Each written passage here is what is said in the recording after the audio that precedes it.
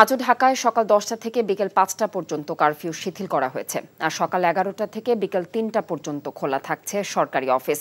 সপ্তাহের শেষ দিনে রাজধানীর চিত্র জানাচ্ছেন আমাদের সিনিয়র করেসপন্ডেন্ট আপেল শাহরিয়ার। স্থবির হয়ে পড়া জনজীবন ধীরে ধীরে স্বাভাবিক হয়ে আসছে। আজও কারফিউ শিথিল করা হয়েছে সকাল 10টা থেকে বিকেল 5টা পর্যন্ত। সাধারণ মানুষ যারা যে কয়দিন আসলে ঘর থেকে বের হতে পারেননি, তারা আসলে জীবিকার তাগিদে ঘর থেকে বের হয়েছেন। কর্মজীবী মানুষ কয়েকজনের সঙ্গে আমি কথা বললাম, তারা যেটি বলছেন, তারা কোনো ধরনের সহিংসতা চান না।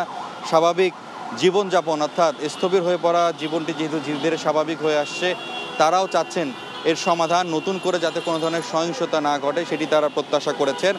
তবে গতকাল যে একটি রাজধানীর যে চিত্র যেটি আমরা দেখেছিলাম যে যানজটের আছে, কিন্তু তেমনটি দেখা যাচ্ছে না। স্বাভাবিকভাবেই যান চলাচল করছে। গণপরিবহনের সংখ্যা কিছুটা বেড়েছে, ব্যক্তিগত গাড়িও চোখে পড়ার মতো। আইনশৃঙ্খলা রক্ষাকারী বাহিনী কঠোর অবস্থানে রয়েছেন। বিভিন্ন গুরুত্বপূর্ণ পয়েন্টে আমি ঘুরে দেখেছি, সেখানে সেনাবাহিনীর টহল ছাড়াও আইনশৃঙ্খলা রক্ষাকারী বাহিনীর যে বিভিন্ন বাহিনী রয়েছে তারা অবস্থান নিয়েছেন। কোনো ধরনের যাতে অনাকাঙ্ক্ষিত ঘটনা না ঘটে এই জন্য তারা তৎপর রয়েছেন।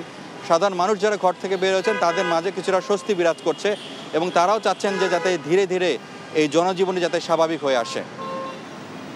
এখন জন্ম সনদ দিয়ে খোলো বিকাশ স্টুডেন্ট অ্যাকাউন্ট। নিজের বিকাশ নিজে কর।